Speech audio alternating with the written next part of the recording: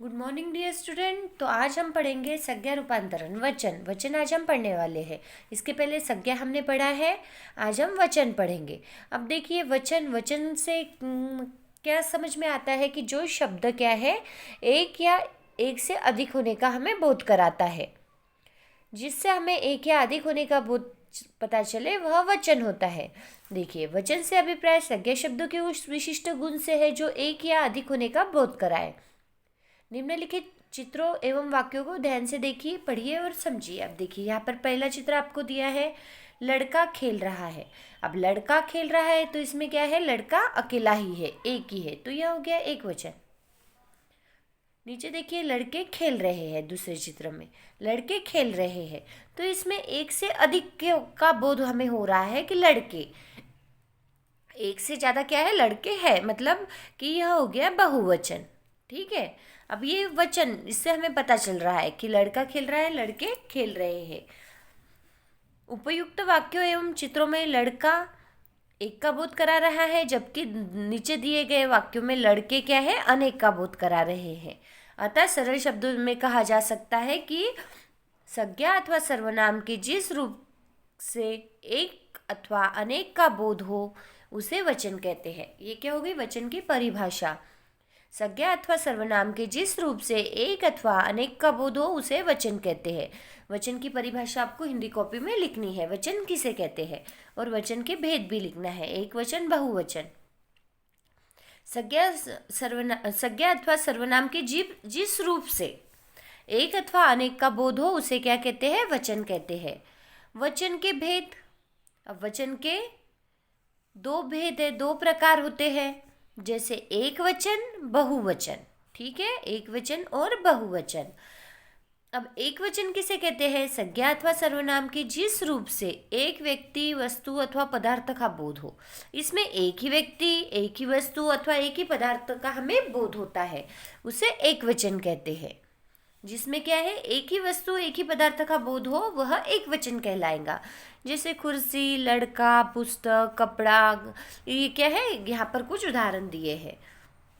यह हो गया एक वचन। एक वचन से हमें उसकी सिर्फ एक ही वस्तु, व्यक्ति या फिर क्या है, पदार्थ का बोध होता है। अब बहुवचन, बहुवचन किसे कहते हैं कि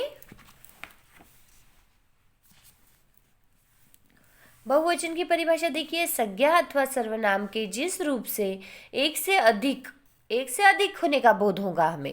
एक वचन में हमें एक का ही बोध होता है, और एक से अधिक व्यक्तियों, वस्तुओं, पदार्थों, फिर कुछ भी हो सकते हैं उसमें, तो इनका बोध होता है, उसे बहुवचन कहते हैं। संज्ञा अथवा सर्वनाम के जिस रूप से एक से अधिक होने का, एक से अधिक व्यक्तियों, वस्तुओं और पदार्थों का बोध होता है, उसे बहुवचन कहते हैं। जैसे कुर्सियाँ, लड़के, पुस्तकें, कपड़े, यह क्या हो गए, बहुवचन। अब इसमें लड़के कहो तो एक से ज़्यादा ही लड़के आ जाएंगे। कुर्सियाँ, पुस्तकें, यह क्या हो गए, बहुवचन हो गए। इसमें एक से अधिक हमें ज्ञात होता है, एक से अधिक हमें पता चलता है कि इसमें एक से अधिक बताया गया है, तो उसे बहुवचन कहते हैं। ठीक है, एक वचन और बहुवचन। अब वचन की पहचान हमने क्या देखा, देखिए वचन देखा, वचन किसे कहते हैं, फिर एक वचन किसे कहते हैं और बहुवचन किसे कहते हैं, इनकी परिभाषा हमने पढ़ी है। अब वचन की पहचान किस तरह से की जाए। वाक्य में वचन की पहचान सामान्यतः 3 माध्यमों द्वारा होती है। अब वचन की पहचान जैसे संज्ञा, सर्वनाम और क्रिया द्वारा। ठीक है, संज्ञा, संज्ञा यानी किसी व्यक्ति, वस्तु का नाम हो सकता है। सर्वनाम यानी जो संज्ञा के बदले आता है वो शब्द है ना, और क्रिया यानी कुछ करने का बोध जिससे होता है वह क्रिया होती है। तो संज्ञा, सर्वनाम और क्रिया द्वारा हमें क्या है, वचन की पहचान हम कर सकते हैं। जैसे उदाहरण देखिए, संज्ञा द्वारा पहचान, लड़का दौड़ रहा है। लड़का, अब लड़का क्या है, एक वचन है। लड़के दौड़ रहे हैं, तो यह हो गया संज्ञा द्वारा पहचान। सर्वनाम द्वारा वह दौड़ रहा है, वे दौड़ रहे हैं। ठीक है, यह हो गया वह दौड़ रहा है एक वचन और वे दौड़ रहे हैं बहुवचन। क्रिया द्वारा पहचान किस तरह से कर सकते हैं हम, बालक खेल रहा है। बालक खेल रहा है, ठीक है, रहा है, और एक वचन हो गया, बालक खेल रहे हैं, ये हो गया बहुवचन। इस तरह से वचन के माध्यम से भी हम क्या है, संज्ञा सर्वनाम और क्रिया द्वारा भी हम वचन की पहचान कर सकते हैं। ठीक है, संज्ञा सर्वनाम और क्रिया द्वारा वचन की पहचान किस तरह से होती है, यह हमने उदाहरण से समझ कर लिया है। अब एक वचन से बहुवचन बनाने के नियम। एक वचन से बहुवचन बनाने के कुछ नियम है। ज़्यादा कर तो हमें एक वचन के बहुवचन बताइए, जैसे लड़का, लड़के, है ना। तो पर यहाँ पर कुछ नियम दिए हैं। अगर हमें किसी शब्द में वचन परिवर्तन में कुछ परेशानी आती है तो इन नियमों के द्वारा भी हम आसानी से कर पाते हैं। जैसे एक वचन में आ का ए में, एक वचन का बहुवचन करते समय आ का ए में बदल होना। जैसे आकारांत पुल्लिंग शब्द के अंत में आ और ए में बदलकर बहुवचन बना दिया जाता है। आ को ए में बदलकर बहुवचन बनाया जाता है। जैसे लड़का, लड़के, पत्ता, पत्ते, पंखा, पंखे। समझ गया। अब उसी तरह अ को ए में बदलकर आँख, आँखें, तलवार, तलवारें, सड़क, सड़कें, इस तरह से। उसके बाद है अकारांत स्त्रीलिंग शब्दों के अंत में, अकारांत स्त्रीलिंग शब्दों के अंत में, जैसे अ को ए में बदलकर। इसी तरह अकारांत स्त्रीलिंग शब्दों के अंत में आ। अब आकारांत क्या है, अकारांत क्या है, जैसे कि माता, आगे आ का परिवर्तन हम ए में कर रहे हैं, माताएं। ठीक है, इस तरह से शाला, शालाएं, सभा, सभाएं। एक बार ये सभी पूरा आपको अच्छे से रीड करना है। रीड कर लोगे तो आपको आसानी से यह सभी समझ में आ जाएगा। इसी तरह ईकारांत स्त्रीलिंग संज्ञाओं के अंत में या जोड़कर, या जोड़ देने से बहुवचन बन जाता है। अब ईकारांत स्त्रीलिंग, जैसे लिपि, जाति, यह क्या हो गया, स्त्रीलिंग शब्द है और इसके अंत में ई आ रहा है, इसीलिए यह हो गए ईकारांत। इनके अंत में या जोड़कर भी बहुवचन होता है। जैसे लिपि, लिपियाँ, जाति, जातियाँ, नीति, नीतियाँ, गली, गलियाँ, इस तरह से। उसके बाद है ईकारांत स्त्रीलिंग संज्ञाओं के अंत में ई को इया करके बहुवचन बना दिया जाता है। जैसे लड़की, लड़कियाँ, लकड़ी, लकड़ियाँ, सब्जी, सब्जियाँ, रोटी, रोटियाँ। इस तरह से क्या है, हम ई को या में कर भी वचन परिवर्तन करते हैं। जिसे आपको पता ही है, लड़की का लड़कियाँ ही हम करते हैं, तो इसका नियम क्या है, ई को या लगा कर किया है हमने। ठीक है। अंत में या आने वाले स्त्रीलिंग शब्दों के अंत में अंत को अनुनासिक में बदल कर बहुवचन बना दिया जाता है। जैसे अंत में या आने वाले स्त्रीलिंग शब्दों के अनुनासिक जोड़ दिया जाता है। जैसे गुड़िया, गुड़िया, है ना, बुढ़िया, बुढ़िया, चिड़िया, चिड़िया, इस तरह से। इस पर सिर्फ यह चिन्ह लगाया जाता है जो कि अनुनासिक का है। तो यह आपको याद रखना है, गुड़िया का गुड़िया इस तरह से होता है। ठीक है। जिन शब्दों के अंत में ऊ या औ होता है उनमें ए लगाकर बहुवचन बनाया जाता है। ए लगाकर। वस्तु, वस्तुएं, बहु, बहुएं, वधु, वधुएं, इस तरह से। यह एक बार पूरा अच्छे से रीड करना और फिर आपको अच्छे से समझ में आ जाएगा, क्योंकि ये हमारे रोज के बोलने में आने वाले भी शब्द है। पर कुछ जैसे कि अंत में यह अनुनासिक चिन्ह लगाकर कौन से शब्द बनते हैं, जैसे गुड़िया, गुड़िया, तो यह आपको पढ़ने पर अच्छे से और भी समझ में आ जाएगा। एक बार अच्छे से रीड करना है। अब देखिए कुछ जो बहुवचन है, जैसे गण, लोग, जन, वर्ग आदि जोड़कर भी बहुवचन बनाए जाते हैं। अब ये जैसे ये शब्द जोड़कर भी बहुवचन क्या है, बनाए जाते हैं। जैसे कि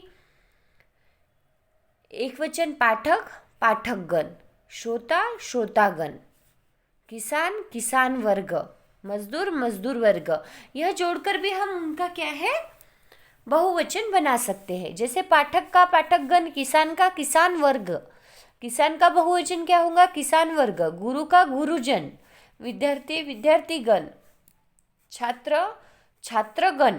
तो यह सभी आपको अच्छे से पढ़ना है और याद कर लेना है। जैसे श्रोता, श्रोतागण, मजदूर, मजदूर वर्ग। नहीं तो मजदूर निम्नलिखित शब्दों का बहुवचन बनाइए, ऐसा क्वेश्चन आ जाता है। और मजदूर, तो मजदूर का बहुवचन हमें क्या करना है, तो मजदूर वर्ग करना है, ये हमें पता होना चाहिए। वचन संबंधी विशिष्ट तथ्य देखिए, जैसे सदैव एक वचन में प्रयुक्त होने वाले शब्द सोना, भीड़, चाय, घी, आकाश, पत्नी, जनता, जनता सड़क पर उतर आई। अब यह क्या है, सदैव एक वचन में प्रयुक्त होने वाले शब्द हैं। सदैव बहुवचन में प्रयुक्त होने वाले शब्द जैसे आंसू, दर्शन, होश, प्राण, हस्ताक्षर, सदाचार, ये सभी क्या है, सदैव बहुवचन है। जैसे मरीज के प्राण निकल गए, उसकी आंखों से आंसू बह रहे थे, यह सदैव ही बहुवचन होते हैं। सम्मान प्रकट करने अथवा अपना बड़प्पन दिखाने के लिए एक वचन का भी बहुवचन में प्रयोग किया जाता है। जैसे हमारे प्रधानाध्यापक बहुत बुद्धिमान हैं हमारे, तो इसमें क्या है, हम उनका आदर करने के लिए कहो या फिर बड़प्पन दिखाने के लिए एक वचन का बहुवचन करते हैं। उसके बाद है वृंद, वर्ग, दल, समूह वाची शब्दों जो बहुवचन में आते हैं, इनका प्रयोग भी एक वचन के समान होता है। कुछ जातिवाचक शब्दों का प्रयोग भी एक वचन में होता है, जैसे मित्र वर्ग पर मुझे पूरा भरोसा है। इस तरह से यह क्या है, एक वचन में भी प्रयोग किए जाते हैं। फिर अ, आ, ई, उ तथा औ से समाप्त होने वाले शब्दों के साथ यदि ने, से, का, की, के, को के लिए आदि उपसर्ग आते हैं तो इनके अंत में ओ, यो जोड़ने से बहुवचन बनता है। छात्र लिखता है, छात्र लिखते हैं। लड़का खाना खा रहा है, लड़के खाना खा रहे हैं। लड़का, लड़के, तो ये हमें पता ही है। जैसे लड़कों ने खाना खाया, छात्र लिखता है, छात्र लिखते हैं, बहुवचन। छात्रों ने लिखा, यह क्या हो गया, परसर्ग ओ जोड़कर हो गया ओ। इस तरह से यह क्या है, एक वचन के बहुवचन बनाने के विशिष्ट तथ्य है और उनके नियम भी हमने देखे हैं। फिर कुछ संबंध सूचक संज्ञाएं दोनों वचनों में एक समान रहती है, जैसे नाना, मामा, दादा, चाचा, यह क्या है, दोनों वचनों में एक समान होते हैं। नाना, दादा, अब नाना एक वचन में आएगा कि बहुवचन में, तो दोनों वचनों में एक समान ही रहती है। अधिकांश संज्ञा शब्दों के दो दो बहुवचन रूप बनते हैं। नीचे दोनों रूप दिए गए हैं, किंतु दूसरे रूप का प्रयोग मात्र वाक्य बनाते समय ही किया जाता है। अब देखिए, संज्ञा शब्द जो है इसके दो बहुवचन रूप होते हैं। दो बार हम इसके बहुवचन, जैसे पुस्तकें, पुस्तकों, पर ये जो दूसरा बहुवचन रूप है, ये हम वाक्य में ही इसका उपयोग करते हैं। जैसे पुस्तक, पुस्तकें, ऐसे सिर्फ एक शब्द में हमें बहुवचन करना है तो पुस्तक, पुस्तकें, सड़क, सड़कें। और अगर पुस्तकों, सड़कों कहो तो यहाँ हमें वाक्य में इसका क्या है, प्रयोग करना होगा। पंखा, पंखे और पंखों, है ना।